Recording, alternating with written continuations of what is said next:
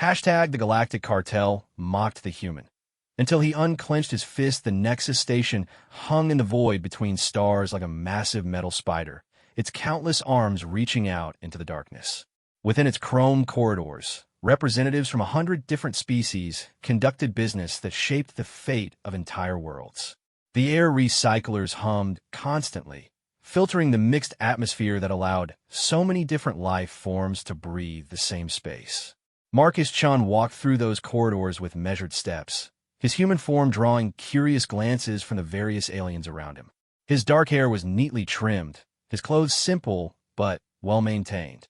To most observers, he looked like just another small-time trader trying to make his mark in the galaxy's most important commercial hub.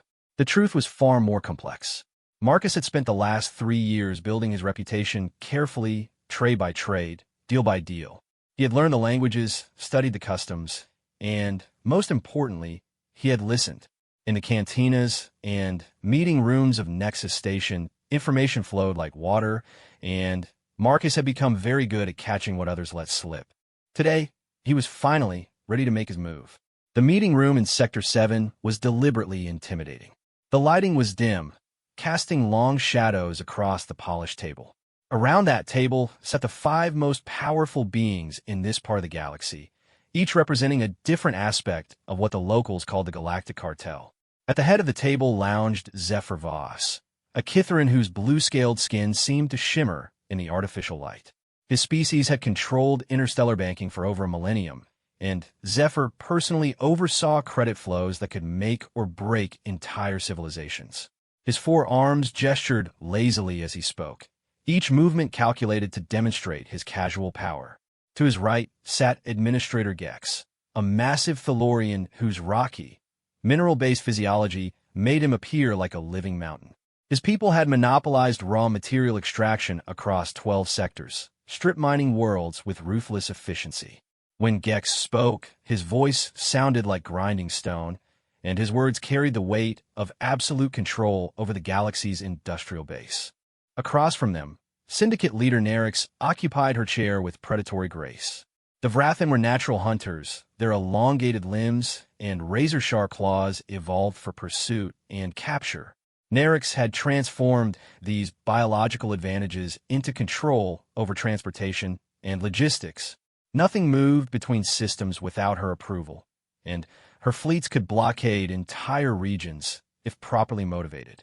The 4th member of this gathering was perhaps the most dangerous, despite his unassuming appearance.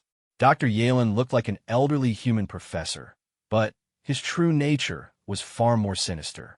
As a mentalist from the Psion Collective, he could read thoughts and manipulate minds with terrifying precision. His role in the cartel was information gathering and psychological warfare, services that made him invaluable to his partners. Finally, there was Tribune Corax, whose mechanical body represented the pinnacle of synth-arch technology. Half of his original organic form had been replaced with advanced cybernetics, giving him capabilities that bridged the gap between biological intelligence and artificial processing power. He controlled the galaxy's communication networks and data flows, making him the cartel's eyes and ears across countless worlds. Marcus entered the room with a respectful nod, taking his place at the far end of the table. The contrast was deliberately stark. 5 of the most powerful beings in known space, and 1 unremarkable human trader. Ah, Marcus Chen. Zephyr's voice carried amusement as he gestured toward the newcomer. Our ambitious little human has finally requested a formal audience. How refreshing. The others chuckled, a sound that ranged from Gex's grinding rumble to Nerix's sharp hiss. They had been watching Marcus for months, noting his growing influence in certain trade circles. To them, he represented an interesting curiosity, a single human trying to play in their league. I appreciate you taking the time to meet with me, Marcus said, his voice calm and professional. I have a proposition that I believe will interest you all. Oh, this should be entertaining. Tribune Corax's mechanical voice carried synthetic amusement. Please enlighten us. What could a human possibly offer the Galactic Cartel? Marcus reached into his jacket and withdrew a small data pad, placing it carefully on the table. Information, he said simply. Specifically, Information about a significant threat to your operations. Dr. Yalen leaned forward, his eyes suddenly sharp with interest. As a mentalist, he could sense the emotional undercurrents in the room, and something about Marcus's mental signature intrigued him. What kind of threat? The kind that could cost you everything, Marcus replied. But first, I think we should discuss terms. The laughter that erupted from the cartel members was genuinely amused. Zephyr's forearms spread wide in a gesture of mock surprise. Terms? You want to negotiate with us? The audacity is almost admirable, Nerix added, her claws clicking against the table surface. A single human, sitting in a room with the 5 most powerful beings in 12 sectors, and he wants to negotiate terms. Administrator Gex's rocky features shifted into what might have been a grin. I'm curious to see where this leads. Please, Marcus Chun, tell us about these terms of yours. Marcus nodded, apparently unperturbed by their reaction. It's quite simple. I provide you with information about the threat, and, in return, you give me what I want. And what exactly do you want? Tribune Corax asked. 10%, Marcus said calmly. The silence that followed was absolute. Even the station's ambient humming seemed to fade as the 5 cartel members processed what they had just heard. 10% of what? Dr. Yalen's voice was dangerously quiet. 10% of everything, Marcus clarified. Your banking operations, your mining rights, your transportation networks, your information systems, your communication channels. I want a 10% stake in the entire Galactic Cartel. The explosion of outrage was immediate and overwhelming. Zephyr's scales flushed from blue to deep purple, a sign of extreme agitation in his species. Gex's massive form rumbled as mineral formations shifted beneath his skin. Nerix's claws extended fully, scraping grooves in the table surface. Tribune Corax's mechanical components whirred as his systems processed the sheer impossibility of the request. Only Dr. Yalen remained outwardly calm, though his mental probing intensified as he tried to understand what could possibly drive such an outrageous demand. You're insane, Nerix snarled. Completely, utterly insane. The arrogance is breathtaking, Zephyr added, all 4 of his arms now gesturing in complex patterns that indicated deep offense in Kithran culture. A single human, asking for a piece of an empire that took us centuries to build. Perhaps we should simply space him now, Administrator Gex suggested, his voice carrying the grinding finality of a rock slide. Save ourselves the annoyance of his continued existence. Tribune Corax's optical sensors focused on Marcus with laser precision. Your species has a reputation for persistence, but this goes beyond persistence into pure delusion. Marcus waited for the outrage to subside before responding. I understand your reaction. From your perspective, my request must seem impossible, but I think you should hear what I have to say before making any final decisions. This had better be extraordinary, Dr. Yalen said, his mental probes still unable to penetrate Marcus's surprisingly well-defended mind. Because right now, you're very close to becoming a cautionary tale. Marcus activated the data pad, and a holographic display materialized above the table. The image showed a star map of the local sector, with trade routes marked in glowing lines, and key systems highlighted in various colors. 6 months ago, Marcus began, you noticed some irregularities in your operations. Small things at first, shipments arriving late, communication delays, minor fluctuations in credit flows. You attributed these problems to normal operational friction. The cartel members exchanged glances. What Marcus described was accurate, though the incidents had been so minor that they hadn't warranted significant attention. 3 months ago, Marcus continued, the irregularities increased. Entire shipments began disappearing. Banking transactions started failing for no apparent reason. Your communication networks experienced systematic disruptions. Zephyr's expression grew more serious. How do you know about this? Those incidents were classified. 2 weeks ago, Marcus pressed on, ignoring the question, you lost contact with the Kepler Mining Consortium. 16 facilities completely offline. You sent investigation teams, but they haven't reported back. Administrator Gex's rocky features darkened. That information is restricted to this council. Marcus smiled for the first time since entering the room. Yesterday, you discovered that your primary data vault on Proxima Station had been completely emptied. Terabytes of financial records, trade agreements, and strategic plans, all gone without a trace. Tribune Corax's mechanical form went completely still. Impossible. That vault was protected by quantum encryption and isolated networks. No one could access it without authorization codes that only we possess. And yet, Marcus said, it's empty. Which brings us to the real question. Who has the capability to wage this kind of sophisticated campaign against the Galactic Cartel? Dr. Yalen leaned back in his chair, his mental probing now focused entirely on the holographic display rather than Marcus himself. You're suggesting this isn't random criminal activity. I'm not suggesting anything, Marcus replied. I'm telling you that you're under attack by an organization that possesses technology and resources comparable to your own. An organization that has been studying your operations for years, mapping your weaknesses, and preparing for a systematic campaign of destruction. The room fell silent again, but this time the silence carried a different quality. Instead of outrage or amusement, it held the weight of genuine concern. Who are they? Nerix asked, her predatory instincts now fully engaged. Marcus reached over and deactivated the holographic display.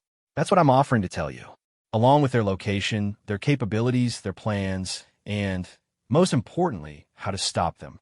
In exchange for 10% of our empire, Zephyr said slowly. In exchange for helping you keep your empire, Marcus corrected. Because without intervention, you have perhaps 6 months before they finish what they've started. Tribune Corax's sensors continued their analysis of Marcus, searching for any sign of deception. Assuming what you say is true, and I'm not admitting anything, what makes you think this information is worth what you're asking? Because, Marcus said, standing up from his chair, the organization attacking you is called the Human Liberation Front, and I'm the only person in this sector who knows how to find them. The implications of this revelation hit the cartel members like a physical blow. A human organization with the resources to challenge the Galactic Cartel.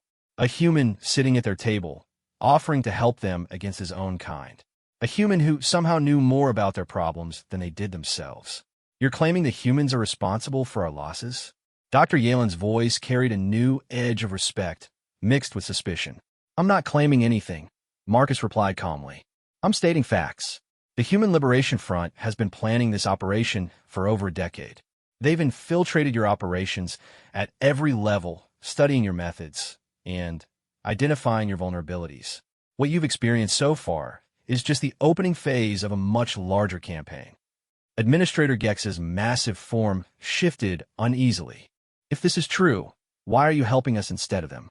Because I have my own agenda, Marcus said simply, and that agenda requires the Galactic Cartel to continue existing, albeit with some modifications to its current structure.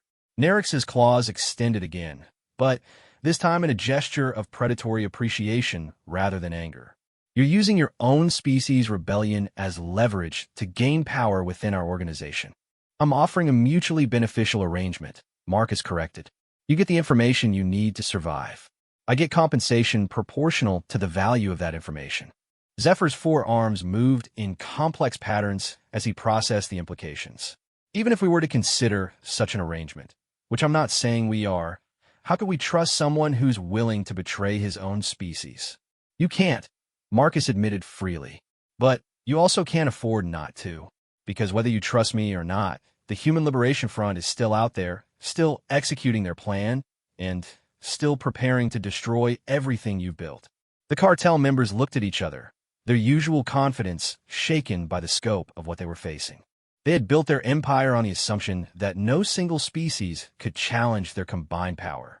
The possibility that humans, a species they had largely dismissed as irrelevant, could pose an existential threat was almost incomprehensible. We need proof, Tribune Corax said finally. Something more substantial than your word. Marcus nodded and activated his data pad again. This time, the holographic display showed detailed schematics of what appeared to be an advanced starship design. This is the Liberation Front's flagship, Marcus explained. The Prometheus. It's equipped with technology that your species helped develop, but which was modified and improved by human engineers working in secret for the past 15 years. The schematics rotated slowly, revealing design elements that were clearly based on cartel technology, but enhanced in ways that none of them had considered. Impossible, administrateur gex humbled. Humans don't have the industrial capacity for this kind of construction. They do now, Marcus replied. They've been building their fleet in hidden shipyards throughout the Outer Rim, using resources acquired through front companies and shell corporations. Companies that you've been doing business with for years without realizing their true ownership. Dr. Yalen's mental probes intensified, but Marcus's mind remained frustratingly opaque. How do you possess this information? Because I helped them plan it, Marcus said calmly. For the first 8 years of the project, I was their chief strategic advisor.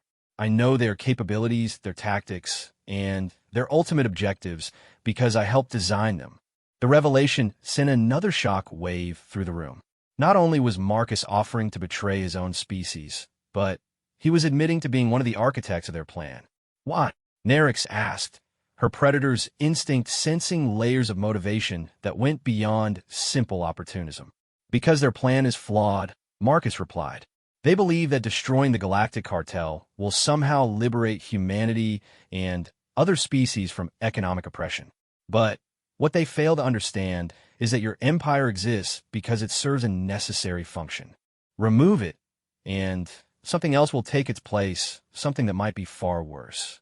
Marcus paused, looking around the table at each of the 5 most powerful beings in known space. I prefer to work with devils I know rather than gamble on devils I don't. The silence that followed stretched for long minutes, as each cartel member wrestled with the implications of what they had heard. Finally, Zephyr spoke for the group. Assuming we believe your story, and I want to emphasize that we're only assuming. What exactly are you proposing? I provide you with complete intelligence on the human liberation front, Marcus said. Their fleet positions, their planned targets, their timetable, and, most importantly, their weaknesses. In return, you restructure your organization to give me a 10% stake in all operations. That's not a partnership, Tribune Corax observed. That's extortion. That's business, Marcus corrected.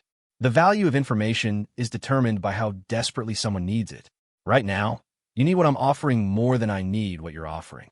Administrator Gex's rocky features shifted into a frown. What guarantee do we have that you won't betray us the same way you're betraying them? None whatsoever, Marcus admitted cheerfully. But then, again, what guarantee do I have that you won't simply take my information and then have me killed? We're all operating on calculated risks here. Dr. Yalen finally spoke up, his voice thoughtful. There's something you're not telling us. Your mental signature suggests deeper motivations than simple greed or opportunism. Marcus nodded approvingly. Very perceptive. You're right, of course. There are elements of my agenda that go beyond this immediate transaction, such as, Nerix demanded, such as the fact that the Human Liberation Front isn't the only human organization operating in this sector, Marcus replied. There are others with different agendas and different capabilities. The Liberation Front represents the idealists and revolutionaries, but there are also pragmatists and expansionists who have very different ideas about humanity's future role in galactic affairs.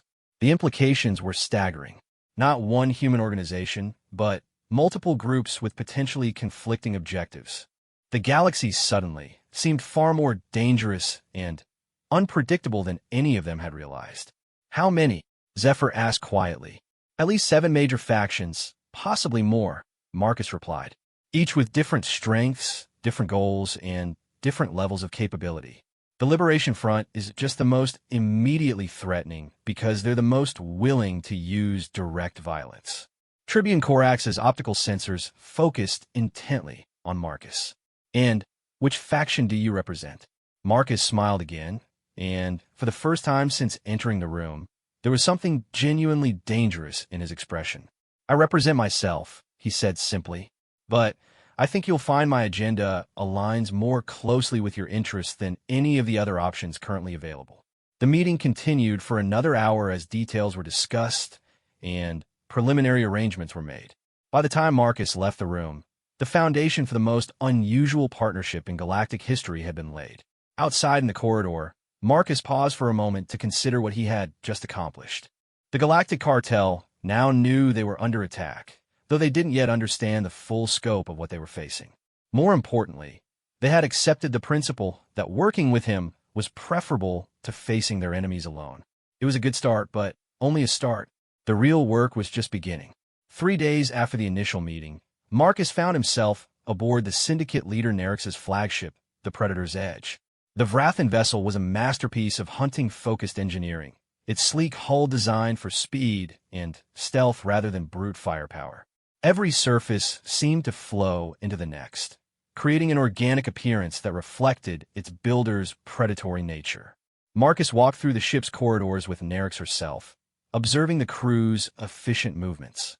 Vrathan operated on pack dynamics, and every interaction he witnessed reinforced their natural hierarchy. Subordinates deferred to their superiors with instinctive precision, while those in command positions carried themselves with the confident bearing of apex predators. "Your information checked out," Nerix said, her elongated limbs moving with fluid grace as she led him toward the ship's intelligence center. "We found the Kepler facilities exactly as you described, completely stripped with no signs of struggle or violence. Whatever hit them was fast, efficient, and thorough." "The Liberation Front specializes in surgical strikes," Marcus replied. "They avoid unnecessary destruction, preferring to disable and extract rather than simply destroy. It's part of their ideological framework. They see themselves as liberators, not conquerors." "An interesting distinction," Nerix mused, "though the end result is the same from our perspective." They entered a chamber filled with holographic displays and analysis stations. Vrathan intelligence operatives moved between the displays like dancers, their natural agility allowing them to navigate the three-dimensional workspace with impressive efficiency. At the center of the room, a massive hologram showed the local sector with various markers and data streams flowing across its surface. Showing the pattern analysis, Nerix commanded. One of her subordinates manipulated the controls, and the hologram shifted to display a timeline of incidents over the past 6 months. Each event appeared as a glowing node, with connecting lines showing relationships between different attacks. Marcus studied the display with professional interest. "They're following the playbook I helped write," he confirmed. Phase 1 was reconnaissance and infrastructure mapping. Phase 2 was selective disruption of key systems. You're currently experiencing the early stages of Phase 3, systematic resource extraction. "And Phase 4? Nerix asked, though her tone suggested she already suspected the answer. "Direct confrontation and territorial seizure," Marcus replied. "They'll move from hidden strikes to open warfare, using the resources they've extracted to fund a massive fleet engagement. Their goal is to break your power structure in a single decisive campaign." The Vrathan intelligence operatives exchanged glances, their predatory instincts clearly disturbed by the scope of what they were facing. They had built their careers on being the hunters, not the prey. "According to your timeline, we have approximately 4 months before Phase 4 begins," Nerix observed. "Less than that," Marcus corrected. "My timeline was based on optimal conditions for the Liberation Front. Recent intelligence suggests they've accelerated their schedule, possibly due to concerns about security leaks or changes in galactic political climate." "What kind of timeline are we actually looking at?" Marcus activated his own data pad and interfaced it with the ship's systems. New information flowed across the holographic displays, showing updated fleet movements and resource allocations. 6 weeks, he said simply. "Maybe 8 if we're lucky." The silence that followed was profound. 6 weeks to prepare for a conflict that could reshape the galactic power structure. 6 weeks to coordinate a defense against an enemy that had been planning their attack for over a decade. "Impossible," one of the intelligence operatives whispered. "We can't mobilize our full response capabilities in that time frame." "Not with conventional methods," Marcus agreed. "But conventional methods won't work against the Liberation Front anyway. They know your standard operating procedures, your command structures, your tactical preferences. They've planned their entire campaign around exploiting your predictable responses." Nerix's claws extended slightly, a sign of growing agitation. "Then what do you suggest?" "We change the game," Marcus replied. "Instead of responding to their initiative, we take it away from them. Instead of defending your existing assets, we force them to defend theirs." "You're talking about a preemptive strike," Nerix realized. "But we don't know where their primary fleet is located." Marcus smiled, and the expression carried a predatory satisfaction that would have been perfectly at home on any Vrathan face. "Actually, we do. Because I helped them choose the location. He manipulated the controls, and the holographic display shifted to show a previously unexplored region of space beyond the galactic rim. Hidden within a dense nebula field, the outline of a massive installation began to take shape. The Darwin shipyards, Marcus announced, the Liberation Front's primary construction and logistics facility. They've been building their fleet there for the past 7 years, using automated manufacturing systems and minimal crew requirements to maintain operational security. The Vrathan operatives leaned forward, studying the installation's specifications with professional interest. The shipyards were impressive, clearly representing a significant investment in time, resources, and advanced technology. The facility is defended, Marcus continued, but not as heavily as you might expect. The Liberation Front relied on secrecy rather than firepower for protection. They never anticipated that someone with knowledge of its location would be working against them. How many ships are we looking at? Nerix asked. Approximately 40 capital-class vessels, with support craft bringing the total fleet size to roughly 300 units, Marcus replied. Individually, they're not as powerful as your frontline warships, but they're designed for coordinated operations, and their combined firepower is significant. One of the intelligence operatives highlighted specific sections of the shipyard. These appear to be manufacturing facilities. If we could disable them, the Liberation Front's entire strategic timeline collapses, Marcus confirmed. They're operating on a very tight schedule.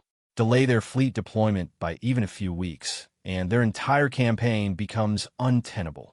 Nerix studied the display for several minutes, her tactical mind processing the implications. The approach routes through that nebula field are limited. Any assault force would be channeled through specific corridors, making them vulnerable to defensive positions. True, Marcus acknowledged, but the Liberation Front isn't expecting an assault at all. Their entire defensive posture is based on remaining undetected. Once that advantage is lost, their position becomes much more vulnerable. You're proposing we attack immediately. I'm proposing we attack intelligently, Marcus corrected. The Liberation Front has one crucial weakness that we can exploit: they're idealists. They believe in their cause, which means they're reluctant to sacrifice their own people unnecessarily. Present them with a situation where continuing their attack would result in massive casualties among their own forces, and they'll reconsider their entire strategy. The discussion continued for several hours as tactical options were analyzed and potential approaches were debated. Marcus found himself impressed by the Vrathan's strategic thinking. Their predatory nature translated into a sophisticated understanding of warfare that went beyond simple aggression. Finally, Nerix made her decision. I'll present your proposal to the full council. If they approve, how soon can you provide detailed intelligence on the shipyard defenses? Immediately, Marcus replied. I still have access to Liberation Front communication networks. They don't know I've switched sides yet. Yet, they will soon enough, Marcus said grimly. The moment we launch an attack on the Darwin shipyards, my involvement will become obvious. After that, I'll be persona non grata with every human faction in the galaxy. Nerix studied him with her predator's gaze. You're burning a lot of bridges for a 10% stake in our operations. I'm making calculated sacrifices for long-term strategic advantage, Marcus corrected. Sometimes you have to lose something valuable to gain something more valuable. And what makes you think our partnership will be more valuable than your relationships with your own species? Marcus was quiet for a long moment before answering. Because humanity's current path leads to inevitable conflict with the established galactic order. That conflict will be devastating for everyone involved, humans and aliens alike. By working with you instead of against you, I'm positioning myself to help shape a more stable future. A future where humans have a place at the table rather than being excluded from it. Exactly. Their conversation was interrupted by a priority communication alert. One of the intelligence operatives activated the incoming message, and Dr. Yalen's face appeared in the holographic display. We have a problem, the mentalist announced without preamble. Tribune Corax has detected massive data incursions across our communication networks. Someone is systematically infiltrating our most secure systems. Marcus felt a cold sensation in his stomach. How massive? Comprehensive, Yalen replied. Banking records, mining surveys, transportation schedules, military deployments. Everything is being copied and transmitted to external networks. How long has this been going on? Nerix demanded. The infiltration appears to have begun approximately 6 hours ago. Tribune Korax's mechanical voice joined the conversation as his image appeared alongside Yelin's. However, the sophistication of the attack suggests extensive preparation. Whoever is responsible has been planning this operation for months, possibly years. Marcus closed his eyes for a moment, running through the implications. They know, he said quietly. Who knows what? Yelin asked. The Liberation Front knows that I've made contact with you, Marcus explained. This data extraction isn't random, it's targeted. They're gathering intelligence on cartel operations because they know their original timeline has been compromised. How could they know? Nerix asked. We've maintained complete operational security. Because I taught them to always have contingency plans, Marcus replied grimly. They've been monitoring for signs of security breaches since the beginning of their operation. My absence from normal communication channels, combined with unusual activity patterns around cartel leadership, would have triggered their automated warning systems. The implications were staggering.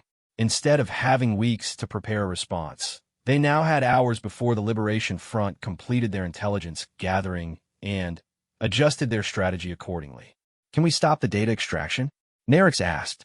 Not without shutting down our entire communication network, Tribune Korax replied. The infiltration is too comprehensive. They've embedded their access protocols at the deepest system levels. Then, we'll let them have the data, Marcus said decisively. But we make sure they get the wrong data. Dr. Yelin's expression sharpened with interest. Explain. The Liberation Front is extracting information to update their tactical planning, Marcus explained. But if we can feed false information into those same networks, we can manipulate their planning to our advantage. You want to run a disinformation campaign? Nerix realized. Feed them fake intelligence about our capabilities and positions. More than that, Marcus said. We feed them information that encourages them to accelerate their timeline even further. Instead of giving them more time to prepare, we force them to attack before they're ready. Tribune Korax's mechanical form word as his systems process the concept. The risk is enormous. If they detect the false information, our actual defensive positions will be completely exposed. They won't detect it, Marcus said confidently, because the false information will be embedded in real data streams using methods I helped design. They'll have no reason to question its authenticity. The next few hours were a frenzy of activity as the disinformation campaign was planned and implemented. Marcus worked directly with Tribune Korax's technical teams, using his knowledge of Liberation Front analysis methods to craft false intelligence that would pass their security screening. The fake data painted a picture of a cartel leadership in complete disarray, with internal conflicts preventing effective coordination of defensive measures. It suggested that key assets were being relocated to secondary positions, creating temporary vulnerabilities that could be exploited with fast, decisive action. Most importantly, it implied that the window for a successful Liberation Front attack was rapidly closing, and that any delay would result in the cartel regaining its defensive advantage. They'll have to choose between attacking immediately with incomplete preparation or waiting for better conditions that may never come, Marcus explained as the final data packages were transmitted. Given their ideological commitment and the pressure they're facing, they'll choose immediate action. And if you're wrong? Yelin asked. Then, we'll be facing a much more dangerous enemy than we originally anticipated, Marcus admitted. But at least we'll be facing them with our eyes open. The response came faster than anyone expected. Within 12 hours of the disinformation campaign's completion, the Liberation Front had withdrawn all of their deep cover operatives from cartel territory and begun massing their fleet for immediate deployment. They're taking the bait, Nerix reported as intelligence updates flowed in. But they're also moving faster than your projections suggested. Instead of 6 weeks, we're looking at 6 days before they're ready to attack. Marcus studied the incoming data with growing concern. They've accelerated beyond even the most aggressive timeline we considered. This isn't just about seizing opportunity. They're operating under crisis conditions. What kind of crisis? Yelin asked. I don't know yet, Marcus admitted. But whatever it is, it's forced them to abandon their careful planning in favor of desperate action. That makes them more dangerous, not less. The cartel leaders gathered for an emergency session as the full scope of the situation became clear. The Liberation Front wasn't just preparing to attack. They were preparing for a campaign of total destruction that would leave no room for negotiation or compromise. 6 days, Administrator Gex rumbled, his massive form shifting uneasily. Not enough time to mobilize our full defensive capabilities. Then, we don't rely on defensive capabilities, Marcus said. We go back to the original plan, strike the Darwin shipyards before their fleet can deploy. With what forces? Zephyr demanded. Our main battle fleets are scattered across 12 sectors. We can't concentrate enough firepower in the target area within the available time frame. We don't need main battle fleets, Marcus replied. We need speed, precision, and the element of surprise. A small force, hitting the right targets at the right time, can accomplish more than a massive fleet arriving too late.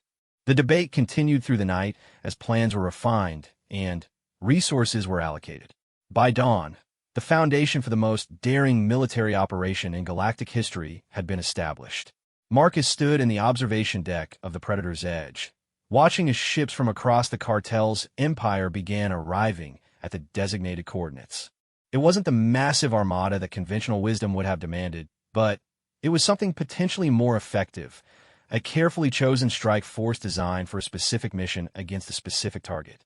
In less than 72 hours, they would find out if his gamble had been worth the risks involved. The strike force assembled at coordinates that existed only in navigational charts as Deep Space Sector 77 Alpha, a seemingly empty region of space that served as a perfect staging area for their operation. Marcus stood on the bridge of the Predator's Edge, watching as ships materialized out of hyperspace with mechanical precision. The fleet was smaller than anyone would have expected for an operation of this magnitude, but each vessel had been chosen for specific capabilities rather than raw firepower. Zephyr's contribution was the Quantum Vault, a modified banking vessel equipped with advanced stealth technology and electronic warfare systems. Administrator Gex had provided the Earthbreaker, a mining ship converted for military operations and equipped with industrial-grade destructive capabilities. Tribune Corax's vessel, the Information Broker, bristled with communication arrays and cyber warfare equipment. Dr. Yalen had chosen to accompany the mission personally, bringing with him a complement of mentalist operatives whose telepathic abilities would prove crucial for the operation's success. His ship, the Mind Bridge, was smaller than the others but carried technology that could influence entire crews from a distance. 15 vessels total, Nerix reported as the final ships arrived. Not exactly overwhelming force. Overwhelming force isn't what we need, Marcus replied. The Liberation Front is expecting either a massive defensive deployment or no response at all. A small, targeted strike isn't part of their planning matrix. The holographic display at the center of the bridge showed their target, the Darwin shipyards hidden within the Helix Nebula. The facility's location had been chosen specifically for its defensive advantages, surrounded by dense gas clouds and electromagnetic interference that made detection nearly impossible. Approach vectors are limited, the Vrathan tactical officer reported. The nebula creates natural corridors that channel any attacking force into predictable paths. Predictable for conventional attacks, Marcus corrected. But when not planning a conventional attack, he activated his data interface and began overlaying additional information onto the tactical display. The Liberation Front's defensive strategy assumes that any attack would follow standard military doctrine. Massed assault through the primary approach corridors with overwhelming firepower. The display shifted to show alternative routes through the nebula field, paths that were nearly impossible to navigate with large vessels but might accommodate smaller craft with specialized equipment. These secondary passages were written off as impassable during the original survey, Marcus explained. But they're not impassable, they're just extremely dangerous. The electromagnetic interference is too intense for most navigation systems, and the gas density makes conventional propulsion inefficient. You're proposing we split our force, Nerix realized. Send the majority through the primary corridors as a distraction, while a smaller group penetrates through these secondary routes. More than that, Marcus said, we use the limitations of the nebula environment to our advantage. The same interference that makes navigation difficult also makes communication nearly impossible. Once we're inside the nebula field, the Liberation Front won't be able to coordinate their response effectively. Tribune Corax's mechanical form activated its communication systems. The Mind Bridge and Information Broker could serve as communication relays, using our advanced systems to maintain coordination between strike elements. Exactly, Marcus confirmed. While the majority of our force engages their defensive positions through the primary approach, specialized teams hit critical infrastructure points through the secondary routes. By the time they realize what's happening, their ability to respond will be severely compromised. The planning session continued for several hours as detailed assignments were made and contingency procedures were established. Marcus found himself impressed by the professionalism of the cartel forces. Whatever their other faults, they were experienced military operators who understood the complexities of coordinated combat operations. One question remains, Dr. Yalen said during a pause in the planning. What do we do about the human crews aboard the Liberation Front vessels? The question created an uncomfortable silence. Everyone in the room understood that this operation would inevitably result in human casualties, people who believed they were fighting for the freedom of their species. They made their choice when they decided to attack civilian targets, Marcus said quietly. But that doesn't mean we have to maximize casualties unnecessarily. The goal is to disable their operational capability, not to commit genocide. Easier said than done, Administrator Gex rumbled. In the heat of combat, precision becomes difficult to maintain, which is why we're going to give them a chance to surrender, Marcus replied. Once we've neutralized their primary defenses, we'll offer terms. Most Liberation Front personnel are idealists, not fanatics. Faced with the choice between unnecessary death and negotiated surrender, many will choose to live. And those who choose to fight to the death. Nerix asked. Marcus's expression hardened. Then we honor their choice. The strike force departed the staging area 18 hours later, using a complex series of hyperspace jumps to approach the target region from multiple directions. The Helix Nebula appeared on their sensors as a vast cloud of swirling gas and electromagnetic disturbance, beautiful and deadly in equal measure. Marcus stood beside Nerix on the Predator's edge bridge as they entered the nebula's outer boundaries. The ship's sensors immediately began registering interference, and the usually crisp tactical displays became fuzzy with static. Sensor range reduced to 30% of normal, the tactical officer reported. Navigation accuracy compromised. Recommend reducing speed to minimize collision risk. Maintain current velocity, Nerix ordered. Use proximity sensors for collision avoidance. We need to reach the insertion point on schedule. The journey through the nebula was tense and nerve-wracking. The Vrathan crew worked with focused intensity. Their natural hunting instincts adapted to the three-dimensional environment of space combat. Around them, the gas clouds created an alien landscape of shifting colors and patterns that would have been breathtaking under other circumstances. Contact, the sensor operator announced. Multiple signatures ahead. Configuration matches Liberation Front defensive positions. The main display shifted to show a tactical overview of the Darwin shipyards. The facility was even more impressive than Marcus had anticipated. A massive construction complex that sprawled across several kilometers of space, surrounded by defensive platforms and patrol vessels. 43 ships detected, the tactical officer reported. 17 capital-class vessels, 26 support craft. Defensive positions are consistent with Marcus's intelligence. They're good, Marcus admitted, studying the Liberation Front's deployment. But they're also predictable. Look at the positioning, classic defensive doctrine, designed to channel attackers into killing zones while protecting the most valuable assets. The first phase of the attack began exactly as planned. 8 cartel vessels approached through the primary corridor, their energy signatures deliberately enhanced to appear larger than they actually were. The Liberation Front response was immediate and professional. Defensive platforms powered up, patrol vessels moved to intercept positions, and communication chatter increased across all frequencies. They're committing their mobile reserves, Nerix observed with satisfaction. Just as you predicted. While the Liberation Front focused their attention on the primary threat, 3 smaller cartel vessels slipped through the secondary approach routes. Marcus watched their progress on the tactical display, feeling a familiar tension as years of planning finally came to fruition. Insertion teams in position. Tribune Corax reported from his position aboard the information broker. Ready to begin electronic warfare operations. Communications relay established. Dr. Yalen added from the mine bridge. All strike elements reporting ready status. Marcus took a deep breath before giving the order that would change everything. Execute Phase 2. All units, weapons free. The battle for the Darwin shipyards began with a massive electronic assault that crippled the Liberation Front's coordination abilities.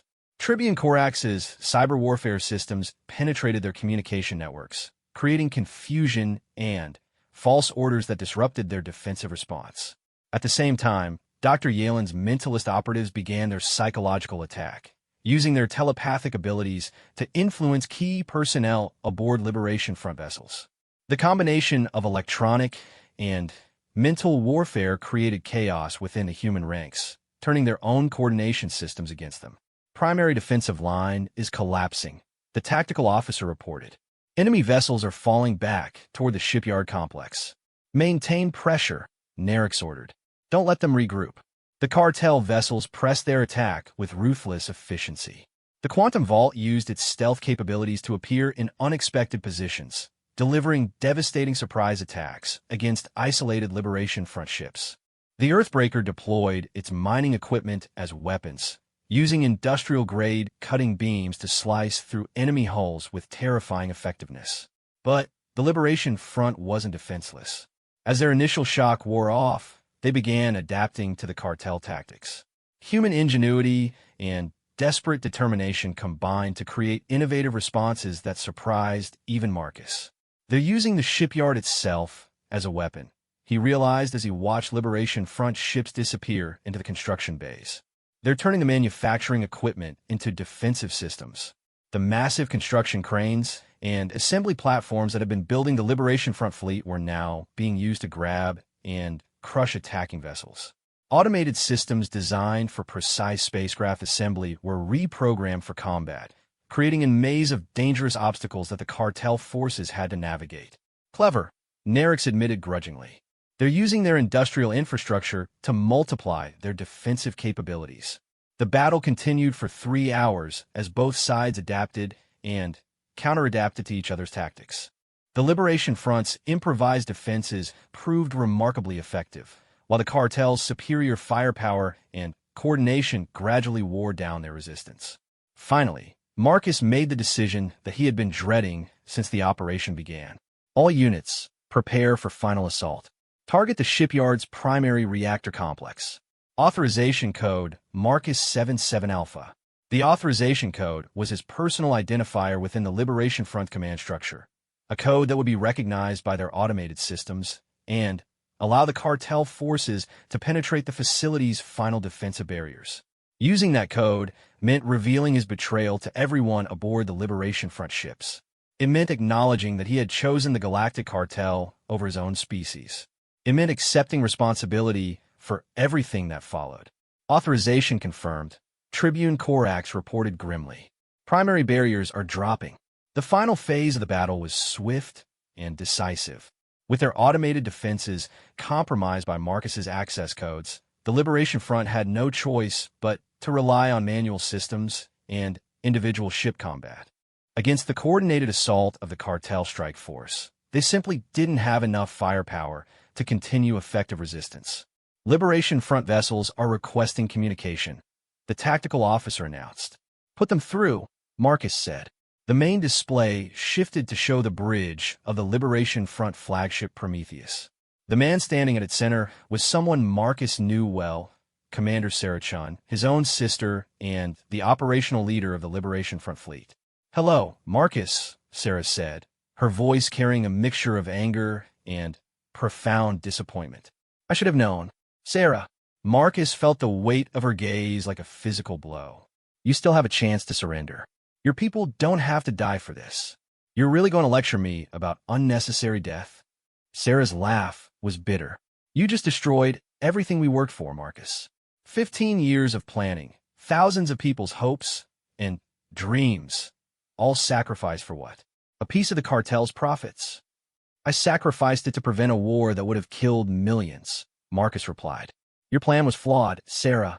Even if you had succeeded in destroying the cartel, something worse would have taken its place.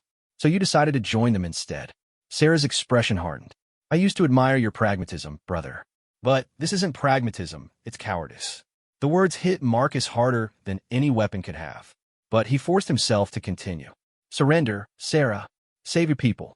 We can negotiate terms. Find a way for humanity to have a voice in galactic affairs without resorting to warfare. The only negotiation that matters now is how many of us you're willing to kill to protect your new allies, Sarah replied. All Liberation Front ships, prepare for final battle protocol. We're going to show the galaxy what humans are really capable of. The transmission ended, leaving Marcus staring at an empty display. Around him, the bridge of the Predator's edge had fallen silent as the crew absorbed what they had just witnessed. She's your sister, Narek said quietly. Yes. And you're still going to finish this. Yes. The final battle lasted only 20 minutes. The Liberation Front ships fought with desperate courage, but they were outnumbered and outgunned. One by one, their vessels went dark as their power systems failed or their hulls were breached beyond repair. The Prometheus was the last ship to fall. Marcus watched on the tactical display as cartel fire overwhelmed its defenses and left it drifting powerless in space. Emergency transponders indicated survivors aboard, but the ship was no longer capable of resistance. All Liberation Front vessels have been neutralized, the tactical officer reported.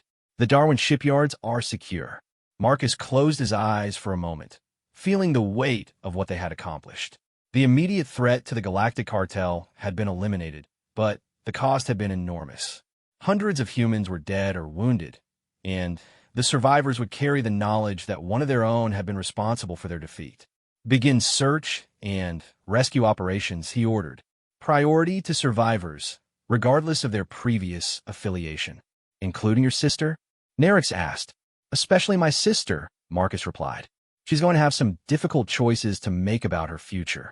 The aftermath of the battle was complex and emotionally draining. Liberation Front survivors were processed and given the opportunity to accept amnesty in exchange for cooperation with cartel authorities. Most chose to accept, recognizing that their cause was lost and that continued resistance would only lead to more suffering. Sarah was among the last to be rescued, pulled from the wreckage of the Prometheus with serious injuries, but alive. Marcus visited her in the medical bay aboard the Predator's edge, finding her restrained but conscious. Congratulations, Sarah said as he entered. You won. We all lost, Marcus corrected. The question now is what we do with that loss.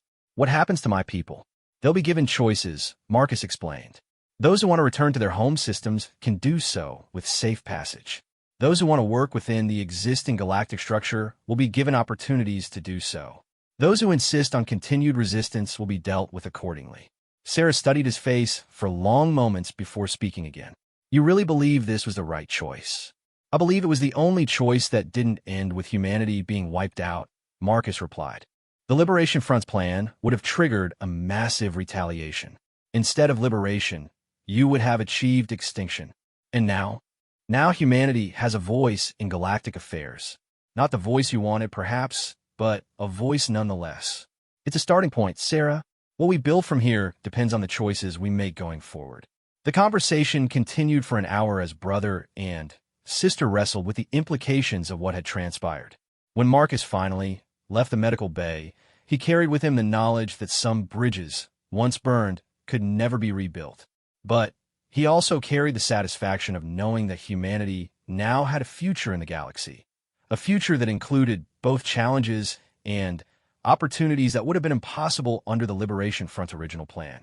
The real work was just beginning. 6 months after the Battle of Darwin shipyards, Marcus stood in what had once been a Liberation Front briefing room, now converted into his personal office aboard the newly rechristened Human Integration Facility. The irony was not lost on him. He was conducting business from the same space where his sister had once planned humanity's rebellion against the Galactic Order. The transformation had been remarkable. Where once the facility had housed shipyards and weapons manufacturing, it now served as a diplomatic and commercial hub for human-alien relations. The massive construction bays had been converted into meeting spaces and cultural exchange centers. The weapons testing ranges had become training facilities for humans seeking to work within the galactic economy. Marcus reviewed the morning's reports while sipping coffee, one of the few luxuries he had insisted upon during the facility's conversion. The reports painted a picture of gradual but steady progress. Human participation in galactic commerce had increased by 30% over the past quarter. Educational exchange programs were placing human students in alien universities at unprecedented rates. Most importantly, incidents of anti-human discrimination had dropped significantly as other species began to see humans as partners rather than threats. His contemplation was interrupted by the arrival of Dr. Elena Vasquez, the facility's director of integration services. Elena had been a Liberation Front scientist before the war, specializing in alien technology analysis. Now she worked to help humans adapt to life in a galaxy where they were no longer isolated. "The morning briefings are ready," Elena announced, placing a data pad on his desk. "We have 3 major items requiring your attention." "Let me guess," Marcus said without looking up from his coffee. "The Centauri trade dispute, the Andromedan cultural exchange controversy, and something involving the former Liberation Front hardliners." Elena smiled despite herself. "Your predictive abilities remain impressive. Though technically, the 3rd item involves current Liberation Front hardliners, not former ones." Marcus's attention sharpened immediately. "Explain." "Intelligence reports indicate that approximately 200 former Liberation Front personnel have disappeared from their assigned integration programs over the past month," Elena explained. "They're not returning to their home systems, and they're not registering for alternative placement. They've simply vanished." "Sarah?" Marcus asked, though he suspected he already knew the answer. "No communication from her since her release 3 months ago. She accepted the amnesty terms and agreed to remain in cartel territory, but she hasn't reported to any of the integration centers." Marcus set down his coffee cup and activated the holographic display at the center of his office. "Show me the pattern of disappearances." The display populated with a star map marking the last known locations of the missing personnel. To most observers, the locations would have seemed random, scattered across multiple sectors with no apparent connection. But Marcus saw the pattern immediately. "They're not disappearing," he realized. "They're recruiting. Look at the locations. Every one of these systems has significant human populations that were isolated from the main settlement colonies." Elena studied the pattern with growing understanding. Fringe communities, places where people already feel disconnected from galactic civilization. Exactly. Sarah is building a new organization, but this time she's not targeting the Galactic Cartel directly. She's focusing on long-term ideological conversion among human populations that feel marginalized by the integration process. The implications were troubling. The Liberation Front's original strategy had been flawed by its reliance on dramatic military action. A new approach based on patient recruitment and ideological development would be much harder to detect and counter. "What are your orders?" Elena asked. Marcus considered the options for several moments. His first instinct was to alert cartel security forces and initiate a comprehensive search for the missing personnel. But that approach would likely drive the organization deeper underground while confirming their beliefs about the oppressive nature of the current system. No direct action, he decided, but increased monitoring of fringe human communities. "I want to know what Sarah is telling them and how they're responding. Knowledge first, action second. And if she's building toward another rebellion, then we'll deal with it when the time comes," Marcus replied. "But I suspect her goals have evolved beyond simple rebellion." Sarah learned from the Liberation Front's failure. Whatever she's planning now will be more sophisticated than what came before. Their discussion was interrupted by an incoming priority communication. The holographic display shifted to show Zephyr Voss, his 4 arms moving in patterns that indicated significant agitation. "Marcus, we need to talk immediately," Zephyr announced. "Private communication, maximum security protocols." "On my way," Marcus replied, then turned to Elena. "Handle the routine briefings. I'll deal with whatever crisis has Zephyr rattled." The journey to Zephyr's financial headquarters took Marcus through several sections of the station that had been completely rebuilt since the Liberation Front's defeat. Where once the corridors had been purely functional, they now incorporated aesthetic elements from dozens of different species. Human art hung alongside Kithran sculptures and Vrathan hunting trophies. The transformation wasn't just physical. It represented a fundamental shift in how the galaxy's various species interacted with each other. The Galactic Cartel's monopolistic approach was giving way to something more collaborative, though whether that change was sustainable remained to be seen. Zephyr's office occupied the top floor of the financial complex, its transparent aluminum windows providing a panoramic view of the surrounding space. The Kithran banker stood before those windows, his blue-scaled skin showing stress patterns that Marcus had learned to recognize over the past months. "We have a problem," Zephyr announced without preamble. 3 major financial institutions have withdrawn from cartel banking networks over the past week. Officially, they're citing strategic reorganization as their reason.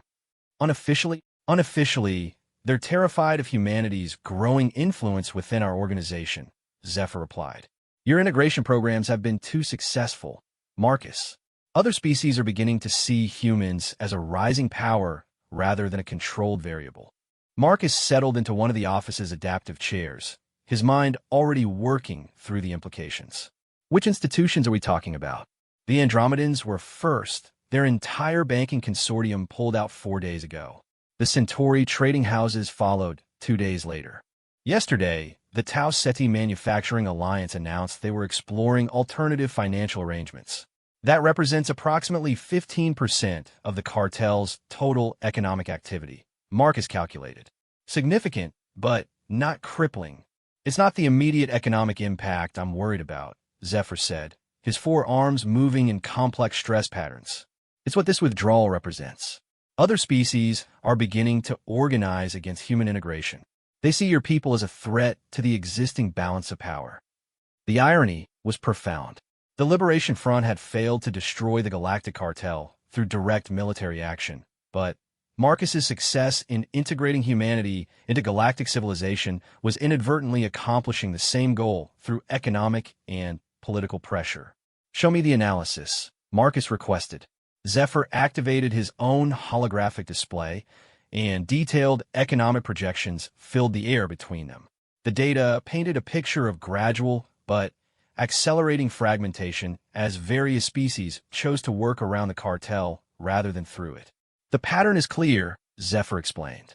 As human participation in galactic commerce increases, other species become increasingly uncomfortable with the arrangement. They're not opposed to dealing with humans directly. In fact, many of them prefer it. What they're opposed to is dealing with humans through cartel intermediaries. Because they see the cartel as increasingly dominated by human interests, Marcus realized. "Exactly. Your 10% stake in our operations has become highly visible, and other species interpret that visibility as evidence that humans are gaining disproportionate influence over galactic affairs." Marcus studied the data for several minutes, noting patterns and trends that suggested the problem would only worsen over time. "What do you recommend?" "Honestly, I think we need to consider restructuring the entire arrangement," Zephyr said. The current model was designed for a galaxy where humans were peripheral players. Now that they're becoming central players, the model no longer serves its intended function. "You're suggesting we abandon the integration approach." "I'm suggesting we evolve beyond it," Zephyr clarified. "Instead of integrating humans into the existing cartel structure, we create a new structure that accommodates multiple power centers. A confederation rather than a cartel." The proposal was radical, representing a fundamental shift in how galactic civilization organized itself. Instead of the hierarchical control system that had dominated for centuries, Zephyr was suggesting a more collaborative approach that would give different species significant autonomy while maintaining beneficial economic relationships. "The others won't accept it easily," Marcus observed. "Administrator Gex and Tribune Corax have built their entire power base on the current system, which is why we need to present them with a choice," Zephyr replied. "Adapt to the new reality or watch their influence decline as more species choose to work outside cartel structures entirely." Their discussion was interrupted by another priority communication, this time from Syndicate leader Nerix. The Vrathan's predatory features showed unusual concern as her image appeared in the holographic display. "We have a situation that requires immediate attention," Nerix announced. "A human delegation has arrived at the outer marker, requesting permission to dock." "That's not unusual," Marcus replied. Human delegations arrive regularly for integration processing. This delegation is different, Nerix continued. They're flying under Liberation Front identification codes, and they're specifically requesting to meet with you, Marcus. Personally, Marcus felt a familiar cold sensation in his stomach. How many ships?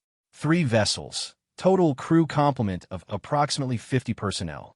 They're not heavily armed, but they're clearly military in design and organization. Any identification of their leadership? Yes, Nerix replied grimly. The delegation is led by Commander Sarah Chun. The silence that followed was profound. Sarah's return could mean many things, none of them simple. She might be coming to negotiate some kind of formal arrangement between her new organization and the Galactic Cartel. She might be coming to deliver an ultimatum, or she might be coming to finish what the Liberation Front had started, using different methods. Grant them docking permission, Marcus decided, but maintain full security protocols. I want to know what Sarah has to say. Are you sure about this? Zephyr asked. The timing seems suspicious, given our current economic difficulties. The timing is probably not coincidental, Marcus agreed. But running from this conversation won't make our problems disappear. Better to face whatever Sarah is planning while we still have some control over the circumstances. The next hour was spent preparing for what would undoubtedly be one of the most important meetings in recent galactic history. Marcus reviewed intelligence reports on Sarah's activities since her release, noting the careful way she had avoided direct confrontation while building her new organization. She had learned from the Liberation Front's mistakes. That much was clear. Instead of dramatic gestures and military confrontation, she was pursuing a strategy of patient political development. Her new organization, calling itself the Human Sovereignty Movement, focused on education and cultural preservation rather than violent rebellion. But Marcus knew his sister well enough to recognize that peaceful methods were not necessarily permanent methods. Sarah was entirely capable of pursuing diplomatic solutions while simultaneously preparing for more forceful alternatives. When the Liberation Front delegation finally arrived at the meeting room, Marcus was struck by how much Sarah had changed over the past months. Gone was the military bearing and ideological intensity that had characterized her leadership of the original Liberation Front. In its place was a more mature confidence that seemed to reflect hard-won wisdom about the realities of galactic politics. "Hello, Marcus," Sarah said as she entered the room with 2 companions. A middle-aged man Marcus recognized as Dr. James Morrison, the Liberation Front's former strategic planner, and a younger woman he didn't recognize but who carried herself with the bearing of a professional diplomat. "Sarah," Marcus gestured toward the chairs around the conference table. "Thank you for coming. I assume you have something important to discuss." "I do," Sarah confirmed as she took her seat. "I'm here to propose an alliance." The words were not what Marcus had been expecting. "What kind of alliance?" "The kind that benefits everyone involved," Sarah replied. "You've been successful in integrating individual humans into galactic civilization, but you've also created a backlash that threatens to undo everything you've accomplished. Other species are beginning to see human advancement as a threat to their own interests." "I'm aware of the situation," Marcus said carefully. "Then, you're also aware that the current trajectory leads to exactly the kind of polarized conflict that we both hope to avoid," Sarah continued. "Unless something changes, we're going to end up with humans isolated on one side and everyone else organized against us on the other side." Dr. Morrison activated a datapad and projected a holographic display that showed economic and political trend analysis. "Our research indicates that the current situation is unstable and will likely result in significant conflict within the next 2 years." Marcus studied the projections, noting that they largely confirmed his own analysis. "What are you proposing?" "A third option," Sarah said. "Instead of trying to integrate humans into existing galactic structures or rebuilding those structures from the ground up, we create a parallel system that allows different approaches to coexist." The younger woman finally spoke up. "I'm Dr. Lisa Park, the Sovereignty Movement's diplomatic coordinator. We're proposing the establishment of semi-autonomous human territories that would maintain beneficial relationships with galactic civilization while preserving human cultural and political independence." "You're talking about separation, not integration," Marcus realized. "We're talking about cooperation without assimilation," Sarah corrected. Humans would maintain their own governmental and social systems while participating in galactic commerce and cultural exchange. Other species would be free to interact with us on terms that don't threaten their own cultural integrity. The proposal was sophisticated and well thought out, representing months of careful planning and analysis. It offered a potential solution to the growing tensions that threatened to destabilize the entire region, while acknowledging the legitimate concerns of all parties involved. But it also represented a fundamental challenge to everything Marcus had been working toward over the past 6 months. The debate that followed Sarah's proposal lasted for 3 days and involved every major power center in the galaxy. Representatives from dozens of species arrived at the former Darwin Shipyard facility, transforming it into the largest diplomatic gathering in recorded galactic history. Marcus found himself at the center of discussions that would determine humanity's future relationship with the rest of galactic civilization. The irony was not lost on him. The facility where he had helped destroy the Liberation Front was now hosting negotiations that might accomplish their original goals through diplomatic rather than military means. The main conference hall had been hastily expanded to accommodate representatives from 47 different species, each bringing their own cultural protocols and communication requirements. The logistical challenges alone were staggering. Atmospheric requirements, dietary restrictions, sleep cycles, and social hierarchies all had to be managed simultaneously. But the logistical challenges paled in comparison to the political complexities. Every species present had their own agenda, their own concerns, and their own vision of what the future should look like. Finding common ground among such diverse perspectives would have been difficult under the best circumstances. The current circumstances were far from ideal. The fundamental question, announced Ambassador Thex of the Andromedan Consortium, is whether we're discussing the accommodation of human ambitions or the reorganization of galactic civilization itself. The distinction was crucial. If the negotiations were simply about finding a place for humanity within existing structures, the solutions would be relatively straightforward. But if they were about restructuring those systems to accommodate humanity's growing influence, the implications would be far more profound. Humans have demonstrated capabilities that cannot be ignored, observed Elder Zoiax of the Centauri trading houses. But capabilities alone do not justify privileged status within our established order. Marcus listened to the exchanges with professional interest, noting the underlying patterns of concern and opportunity that drove each species' position. The smaller, more vulnerable civilizations saw human integration as a potential source of protection against the traditional power centers. The larger, established powers viewed it as a threat to their dominant positions.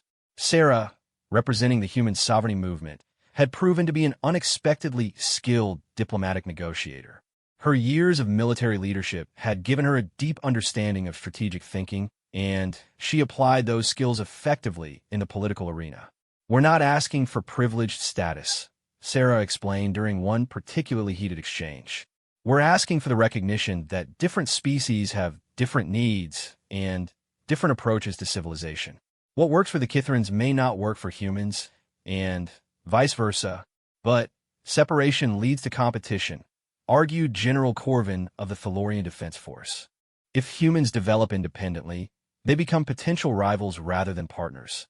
Only if we define the relationship in competitive terms," Dr. Park replied. "Cooperation doesn't require uniformity. In fact, diversity of approaches often leads to stronger overall outcomes." The debate continued through multiple sessions, with each species presenting their vision of the future and defending their interests. Gradually, however, a consensus began to emerge around a framework that none of them had originally intended, but which addressed most of their concerns. The breakthrough came during a late-night session when Tribune Corax made an unexpected observation. "We're approaching this from the wrong direction," the cybernetic being announced. "Instead of trying to decide humanity's place in our existing systems, we should be asking what new systems we need to accommodate all of our evolutionary changes." "Explain," requested Administrator Gex. "The current crisis isn't really about humans," Tribune Corax continued. "It's about the fact that our existing organizational structures were designed for a galaxy with very different characteristics than what we face today. Communication technology has advanced." Transportation capabilities have improved. Economic integration has deepened. The systems that served us well for centuries are no longer adequate for current conditions. The observation reframed the entire discussion. Instead of treating human integration as a unique challenge, the assembled representatives began considering it as part of a broader need for institutional evolution. Tribune Corax makes a valid point. Acknowledged syndicate leader Nerix.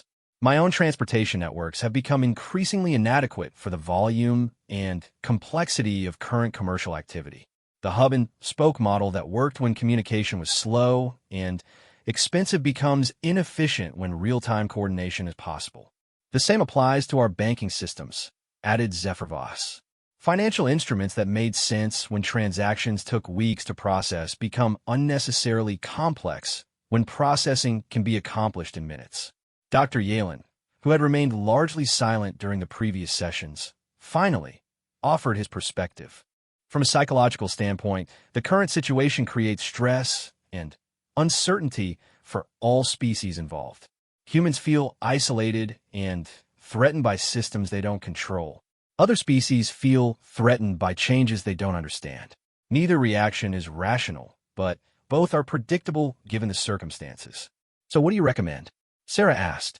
Structural changes that give everyone more control over their own circumstances while maintaining beneficial relationships, Yalen replied. Instead of centralized systems that require everyone to adapt to a single approach, we need flexible systems that can accommodate multiple approaches simultaneously. The concept that emerged from these discussions was unprecedented in galactic history. Instead of a single organizational structure governing all aspects of interspecies relations, they would create a network of interconnected but independent systems, each optimized for different types of interaction. Economic relations would be governed by voluntary trade agreements between species or groups of species, rather than by a single cartel that controlled access to markets.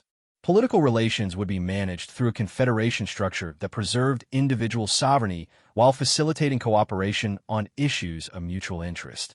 Cultural exchanges would be organized by institutions specifically designed to promote understanding without requiring assimilation. Most importantly, the new structure would be explicitly designed to evolve over time as conditions changed and new challenges emerged. It's ambitious, Marcus admitted as he reviewed the preliminary framework documents. Probably too ambitious to implement quickly, which is why we're proposing a gradual transition, Sarah replied.